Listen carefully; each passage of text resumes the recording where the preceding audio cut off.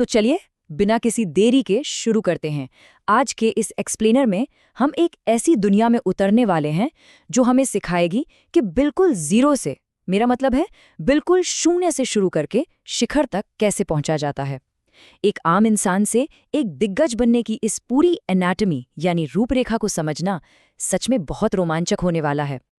लेकिन इस सफर को समझने से पहले सबसे बुनियादी सवाल, आखिर इस सफलता का सबसे बड़ा राज क्या है? साधारण लोग अचानक इतने असाधारण कैसे बन जाते हैं?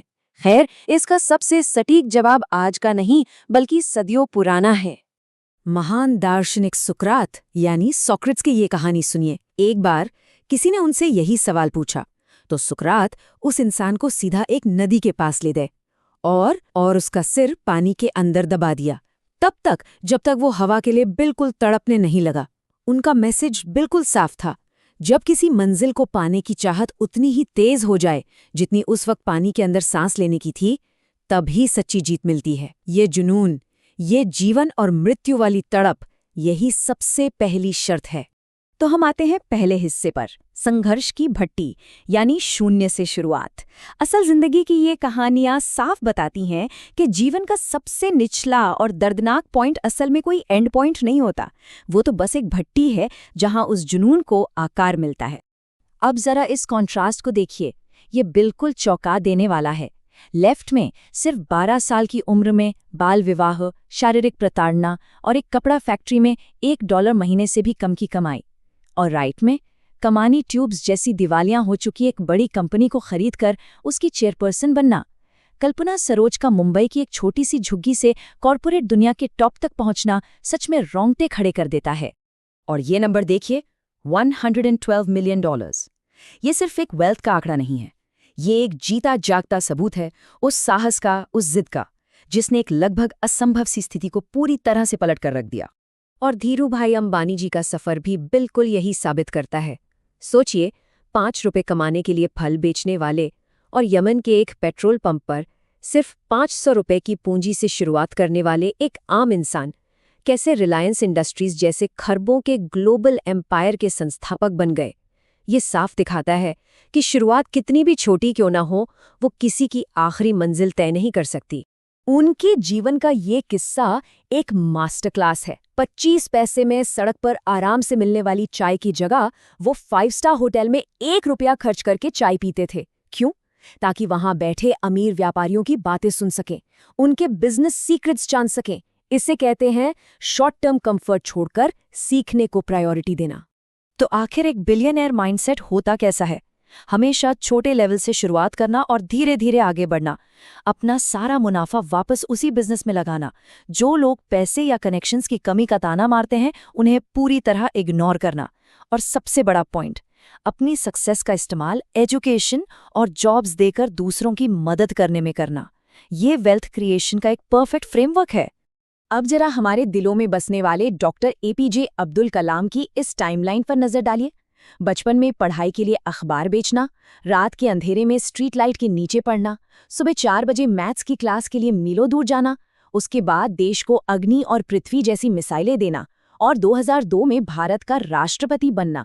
ये साबित करता है कि क्लास की आखिरी बेंच पर बैठा बच्चा भी एक दिन पूरे देश का भविष्य बदल सकता है। चलिए अब दूसरे हिस्से की तरफ बढ़ते हैं, कार्यप्रणाली, अभ्यास और विफलता को हराना। अब चाहत से आगे बढ़कर सीधे एक्शन की बात करते हैं, क्योंकि देखिए, सक्सेस कोई जादू नहीं है, ये लगातार किए गए प्रैक्टिस और फेलियर से सीखने का नतीजा होती है। हमने अक्सर सुना है कि एक मुलायम रस्सी भी बार बार रगड़ खाकर ठोस पत्थर पर गहरे निशान छोड़ देती है। इसी एक छोटे से ऑब्जर्वेशन ने वरदराज का पूरा जीवन बदल दिया, जिन्हें गुरुकुल में मंदबुद्धि कहकर चिढ़ाया जाता था। लगातार प्रैक्टिस की ताकत ने उन्हें आगे चलकर संस्कृत व्याकरण का एक महान विद्वान बना दिया। असल में किसी भी जीत के 3 सटीक स्टेप्स होते हैं। पहला स्टेप, अपनी आज की स्थिति और कमजोरियों को पूरी ईमानदारी से मानना। दूसरा, बिना थके लगातार और बार बार प्रैक्टिस करने का रेजोल्यूशन लेना।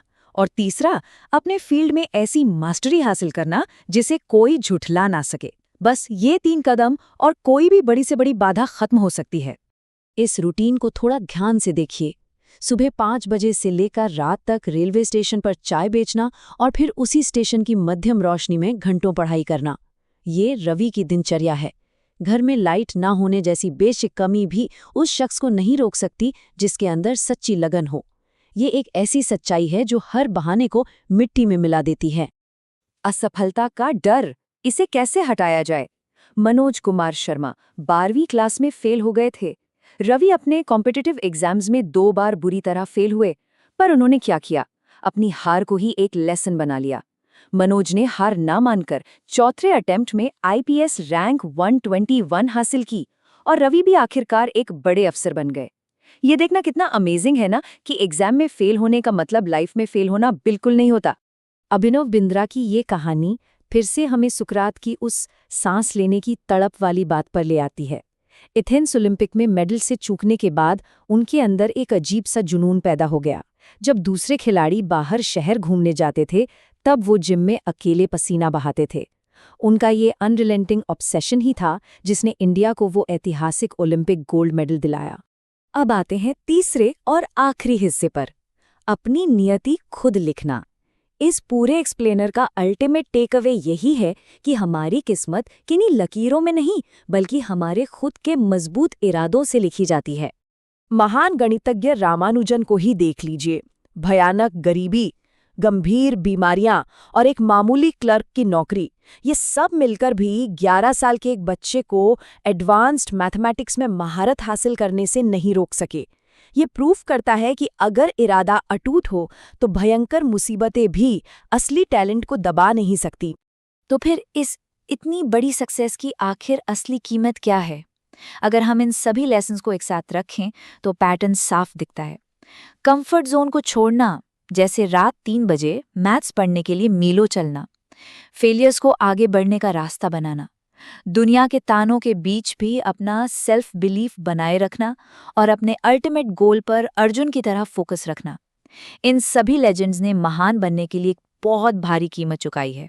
लेकिन फेलियर्स के टाइम खुद को कैसे संभाले? जब युवा अब्दुल कलाम एयरफोर्स पायलट के इंटरव्यू में 9वीं रैंक आने पर रिजेक्ट हो गए थे, तो बाबा शिवानंद ने उनसे ये बहुत गहरी बात कही थी। उन्होंने समझाया कि ये शुरुआती हार असल में उनकी लाइफ की रुकावट नहीं थी, बल्कि ये तो उन्हें उनके असली मकसद यानी देश का सबसे महान साइंटिस्ट और राष्ट्रपति बनने की तरफ मोड़ने के लिए एक जरूरी रीडायरेक्शन था। तो जैसे जैसे ये चर्चा खत्म हो रही है, एक आखिरी सवाल छोड़कर जा रहा हूँ। क्या ये आज की मुसीबतें एक भारी लंगर बनेंगी जो हमेशा नीचे खींच के रखेंगी, या फिर वो भट्टी बनेंगी जहां से सबसे बड़ी और ऐतिहासिक सक्सेस आकार लेगी? इस पर जरूर सोचिएगा, क्योंकि आज का हर संघर्ष कोई रुकावट नहीं बल्कि एक लंबी उड़ान का कच्चा माल है।